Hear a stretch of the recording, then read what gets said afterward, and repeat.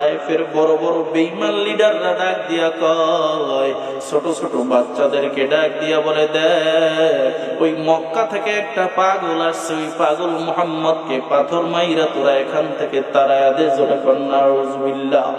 ছোট ছোট বাচ্চারা হাতের মধ্যে পাথর নিয়ে তারা দুষ্টমির ছলে মায়ার নবীর দিকে নিক্ষেপ করে, আর এক একটা পাথর মায়ার নবীর শরীরের উপরে পইরা সিরসির কইরা রক্ত বের হয়। মায়ার নবী সাল্লাল্লাহু আলাইহি ওয়াসাল্লাম কি উম্মুল মুমিনিন মা আয়েশা রাদিয়াল্লাহু তাআলা আনহা জিজ্ঞাসা করলেন, ইয়া রাসূলুল্লাহ, ইয়া হাবিবাল্লাহ, আপনার জীবনের সব থেকে কষ্টের দিন কোনটা? মায়ার নবী সাল্লাল্লাহু আলাইহি ওয়াসাল্লাম বলেন, আয়েশা, আমার জীবনের সব থেকে দুইটা দিন হলো কষ্টের, দুইটা দিন কষ্টের।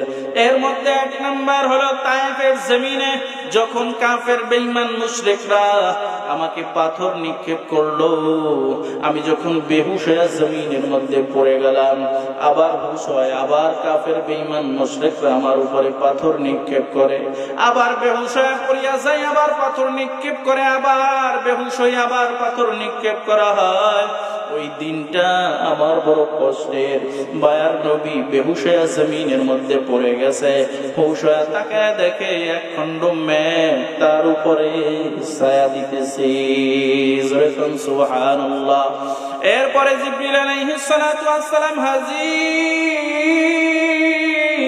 হাজির হয়ে বলে, ইয়া রাসূলুল্লাহ, ইয়া হাবিবাল্লাহ, আজকে আমি একা আসি নাই, আমার সঙ্গে দেখেন দুই পাশে 40,000 ফেরেশতা আসছে।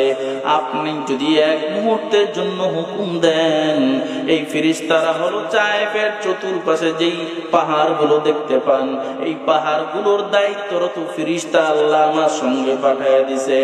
আপনি হুকুম দেওয়ার সাথে সাথে পাহাড়গুলো এক জায়গায় করে তায়েফবাসীদেরকে ধ্বংস করে দিবে।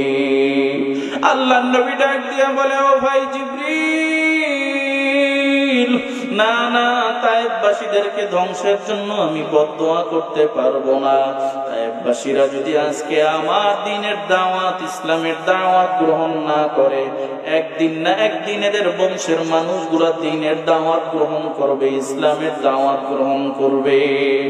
উম্মুল মুমিনিন মা আয়েশা রাদিয়াল্লাহু তাআলা আনহাকে আল্লাহর নবী বলতেছেন, দ্বিতীয় নাম্বার কষ্টের দিন হলো আবু লাহাবের দুই সন্তান উতবা এবং উতাইবা, এই দুইজনের সঙ্গে আল্লাহর নবীর দুইজন কন্যা উম্মে কুলসুম এবং রুকাইয়াকে বিবাহ দিয়েছিলেন। এই কাফের বেঈমান মুশরিকরা ষড়যন্ত্র করে তার দুই কন্যাকে একসঙ্গে তালাক দিয়া তার বাড়ির মধ্যে পাঠায়া দিছে। আল্লাহর নবী বলেন, ওই দিনটা আমার বড় কষ্টের দিন। ভাইরা আমার, বন্ধুরা আমার, তায়েফের জমিনে আল্লাহর নবীর উপরে এত নির্যাতন, এদিকে তার সুখের দিনের দুঃখের দিনের বিবিকে হারায়া ফেলছে। খাদিজাতুল কুবরা রাদিয়াল্লাহু তাআলা আনহা দুনিয়া থেকে বিদায়, ওদিকে শোকের কোনো অভাব নাই। আল্লাহর নবী টেনশন আর পেরেশানি যুক্ত হয়ে গেলেন। জিবরিল আলাইহিস সালাতু ওয়াস সালাম আল্লাহকে ডাক দিয়া বলে, আল্লাহ, আপনার নবীকে একটু সান্ত্বনা দেওয়া প্রয়োজন। আল্লাহ ডাক দিয়া বলে, আমার নবীকে আমি সান্ত্বনা দুনিয়ার জমিনে দিব না, আমার নবীকে সান্ত্বনা দিব আমি আরশে আজিমে নিয়া। জোরে কোন সুবহানাল্লাহ। তার উপরে অন্যায় অত্যাচার নির্যাতনের স্টিম রোলার তার উপরে চালায়া দেয়।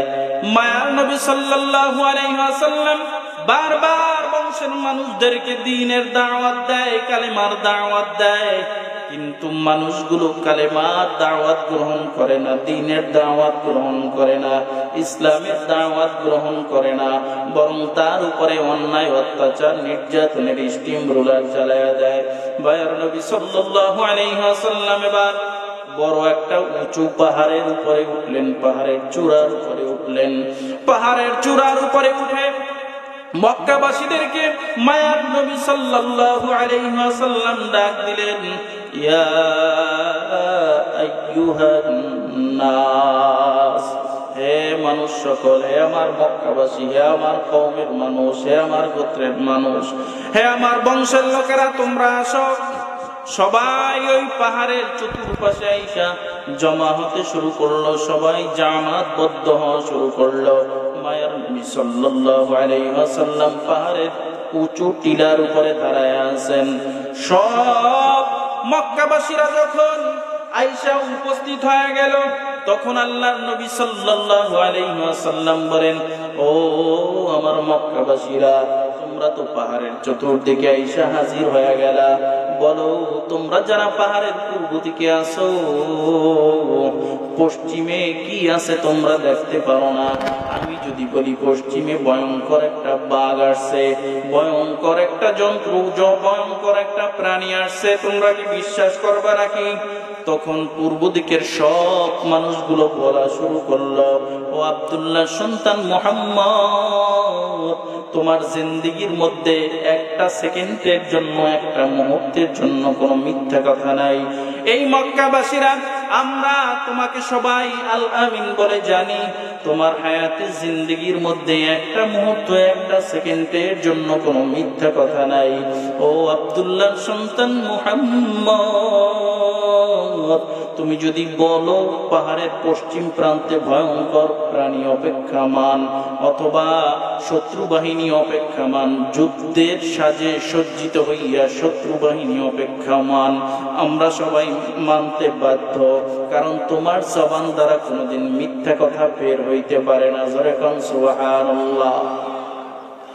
আল্লাহর নবী আবার দক্ষিণ দিকের মানুষদেরকে লক্ষ্য করে বলেন, ও মক্কাবাসীরা, আমি যদি বলি উত্তর দিকে ভয়ঙ্কর সাজে সজ্জিত হইয়া শত্রু বাহিনী অপেক্ষামান, অথবা বাঘ ভয়ঙ্কর জন্তু অপেক্ষামান, ভয়ঙ্কর প্রাণী অপেক্ষামান, তোমরা কি তা বিশ্বাস করবা?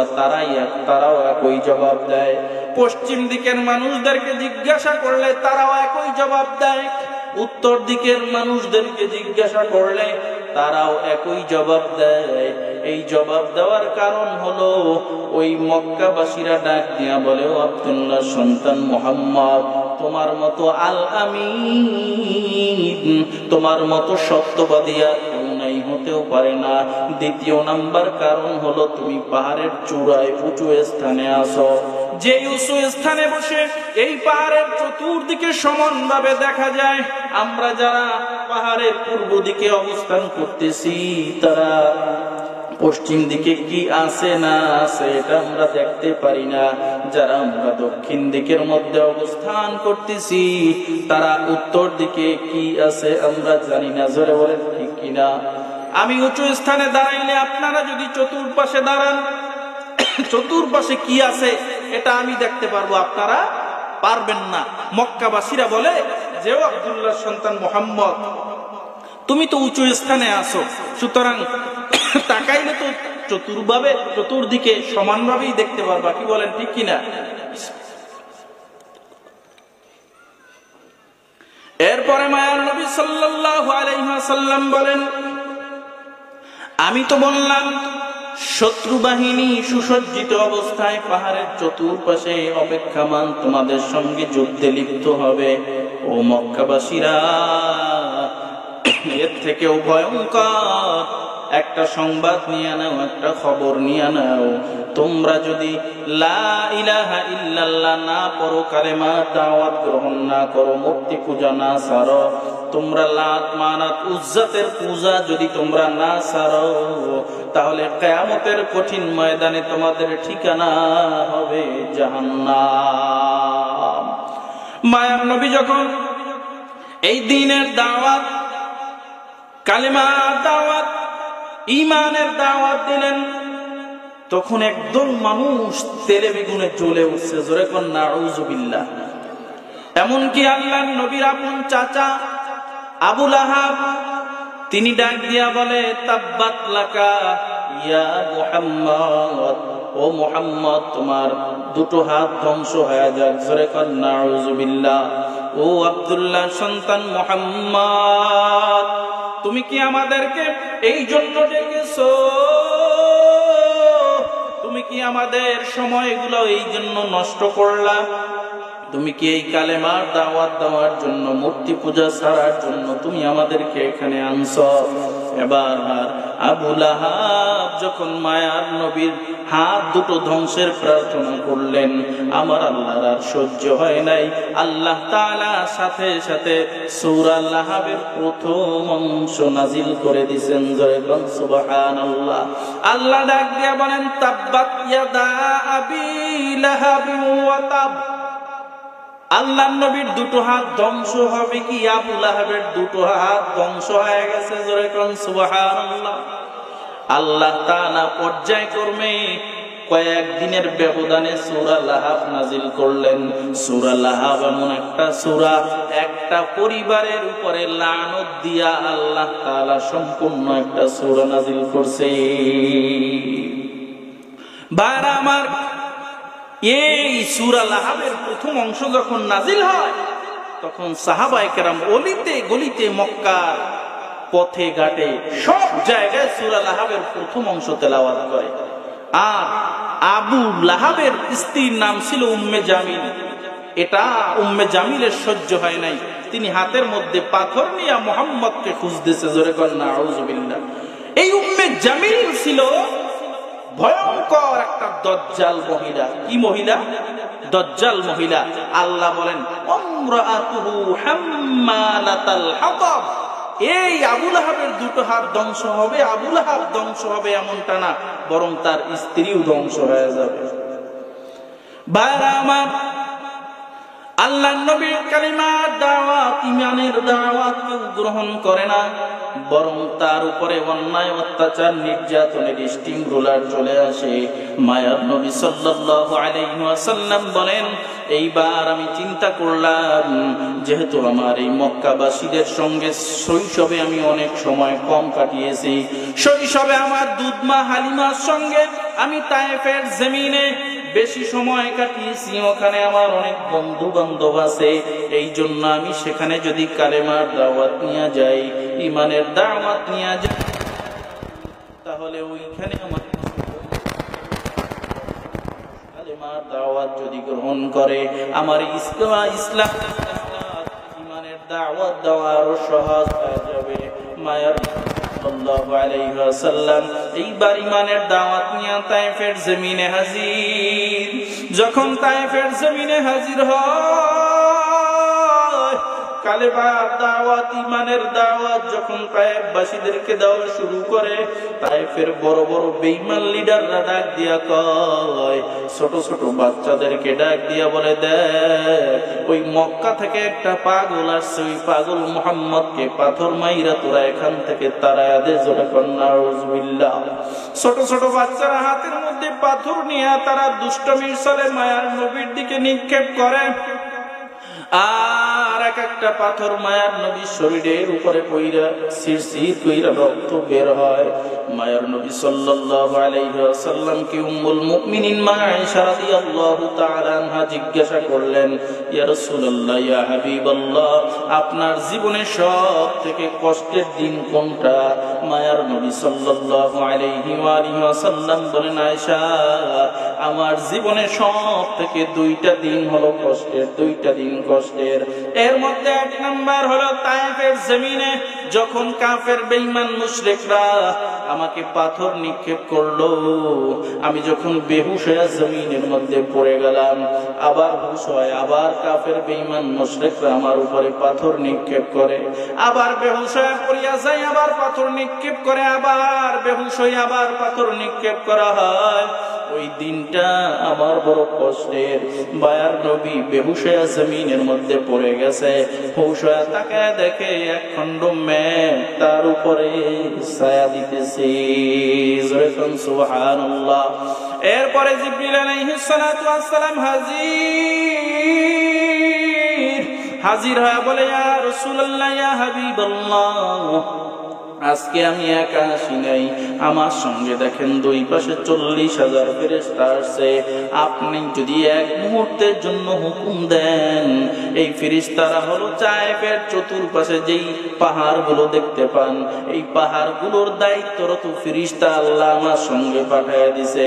আপনি হুকুম দেওয়ার সাথে সাথে পাহাড়গুলো এক জায়গায় করে তায়েফবাসীদেরকে ধ্বংস করে দিবে।